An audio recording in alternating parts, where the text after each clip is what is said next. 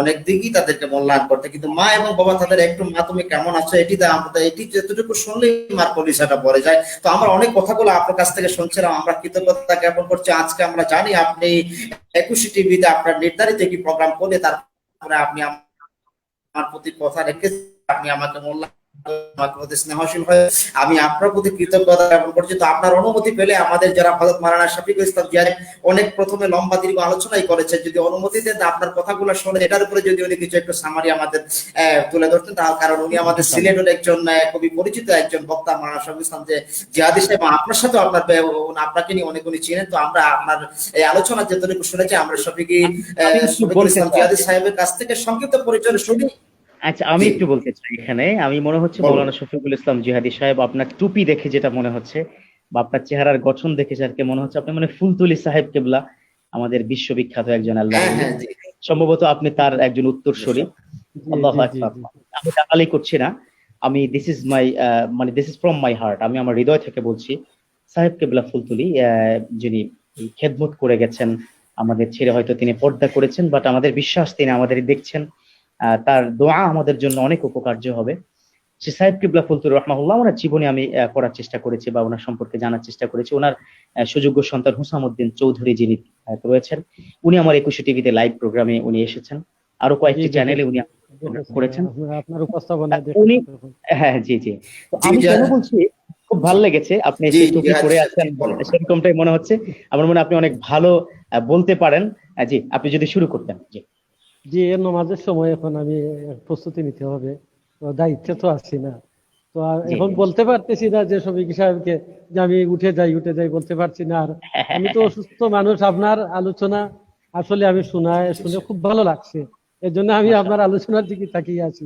প্রথমে আমি অনেক আলোচনা করেছি, তো আমাদের এই একটি কথা বলবো যে আমরা অনেক মানুষ আছেন যে মা বাবাকে বাড়িতে রেখে অনেক দূরে দিনের দাওয়াতের মধ্যে চলে যান। আমাদের সতপুর মাদ্রাসা, সিলেটে বড় একটি মাদ্রাসা সতপুর দারুল হাদিস টাইটেল মাদ্রাসা, ওই মাদ্রাসার একজন মুহাদ্দিস আল্লামা রইসুদ্দিন হামজাহুরি রহমতুল্লাহি আলাইহি, উনি ওনার জবানের একটি কথা উনি বলতেন যে তোমার মা বাবা অসুস্থ, শীতের দিন খুব বেশি ঠান্ডা লাগছে, পর্যাপ্ত পরিমাণ কাপড় নাই, তো উনি বাড়িতে অনেক কষ্ট করছেন, আর তুমি অনেক দূরে দিনের দাওয়াতের জন্য চলে গেলে এইটাই লাভ হবে না। যদি লাভ পাইতে হয় বা সোয়াবের বাগী হইতে হয়, তাহলে তুমি তোমার মা বাবার খিদমতে পড়ে থাকো। তো উনি একজন বুজুর্গ মানুষ ছিলেন, এর জন্য উনার কথাটা টেনে আনলাম। তো কথা হলো, সারগর্ব অনেক আলোচনা আপনি করেছেন, আর আমি তো প্রথমে করেছি। এখানে জুবাইর আহমদ সাহেব কিছুক্ষণ আগে আপনার আগে একটু আলোচনা করেছেন, যে কথাগুলো আমিও বলতেছিলাম, কিন্তু আর সময় যেহেতু শেষ, আমি বলছি না।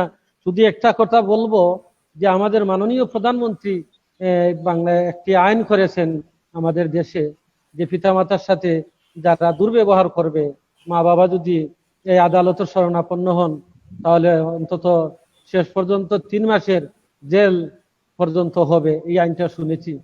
তো আমি বলবো আপনার আমাদের এই শফিক মিডিয়ার মাধ্যমে মাননীয় প্রধানমন্ত্রীর সমীপে আমি আরজ করব, যারা মা বাবার সাথে দুর্ব্যবহার করছেন ওদের বিচার জন্য কঠোর বিচার হয়। আমরা তো অনেক এই সামাজিকভাবে আমরা থাকি, মসজিদের দায়িত্বে থাকি, অনেকে বলেন হুজুর মা বাবার সম্পর্কে একটু পিতামাতার কর্তব্য নিয়ে একটি ওয়াজ করবেন। কি জন্য ওনারা বলেন আমরাও তো উনাদের অন্তরের খবর পুরাপুরি জানি না, কিন্তু উনাদের অন্তরের মধ্যে কি পরিমাণ আগুন জ্বলতেছে সেই ভাষাটা কিন্তু একমাত্র উনারাই বলতে পারবেন, আমরা জানি না। কিন্তু আজকে দেখা যাচ্ছে যে ছেলেরা মা বাবার বিরুদ্ধে কোর্টে যাইতেছে। এগুলা আমার নিজের দেখা অনেক কিছু, এই আমার সম্মুখে এগুলা দেখা অনেকে আমাকে বলেছেন। এরপরে তো মা বাবার সাথে আমরা গ্রামীণ পরিবেশে থাকি, হয়তো ফখরুল আশিক সাহেব, শফিক সাহেব আপনারা ঢাকা শহরে থাকেন, শহরের থাকেন, আমরা গ্রামে থাকি, কিন্তু দেখতেছি যে ছেলেমেয়েরা অনেক ফ্যামিলির মানুষ কিন্তু তার মা বাবার সাথে তেমন একটা ভালো ব্যবহার করে না। তো আমি বলবো যে ভালো ব্যবহারের মাধ্যমে কোন মানুষটা চায় না তার সম্মান বাড়ুক, কোন মানুষটা চায় না তার রিজেকের মধ্যে বরকত হোক। আল্লাহ রসুল বলেছেন, যদি রিজেকের বরকত চাও মা বাবার জন্য দোয়া করো নামাজের মধ্যে, রাব্বি রাহমহুমা কামা রাব্বায়ানি সাগীরা। যদি সম্মানী হতে চাও তাহলে মা বাবার সাথে ভালো ব্যবহার করো, তুমি সম্মানী হয়ে যাইবা। তো এই যে আমরা সম্মানের দরকার আসলে মূল বিষয়টা আমরা দেখি না। এই বিষয়টা না দেখিয়ে আমরা অনেকে বিভিন্ন ভাবে সম্মানের চেষ্টা করি, রিজেকের চেষ্টা করি। তো যাই হোক, আমি আলোচনা দীর্ঘায়িত করব না, কারণ শফিকি সাহেব জানেন আমি একটু অসুস্থ। আমার আশিকি সাহেবের আলোচনা খুব ভালো লেগেছে, যার দরুন আমি বসে শুনতেছি, খুব ভালো লাগছে। আর আপনাকে সরাসরি দেখলাম আজকে, খুব ভালো লাগলো। বারাকাল্লাহ, তো বারাকাল্লাহ। নামাজের সময় এখন জি আমি বিদায় মোবারকবাদ। নিতে হবে। জি মোবারকবাদ জনাব জনাব হযরত মাওলানা শফিকুল ইসলাম জিহাদি সাহেব, আপনি আমার পুরো আলোচনা ঘিরে বিষয়কে নিয়ে এবং আমাদের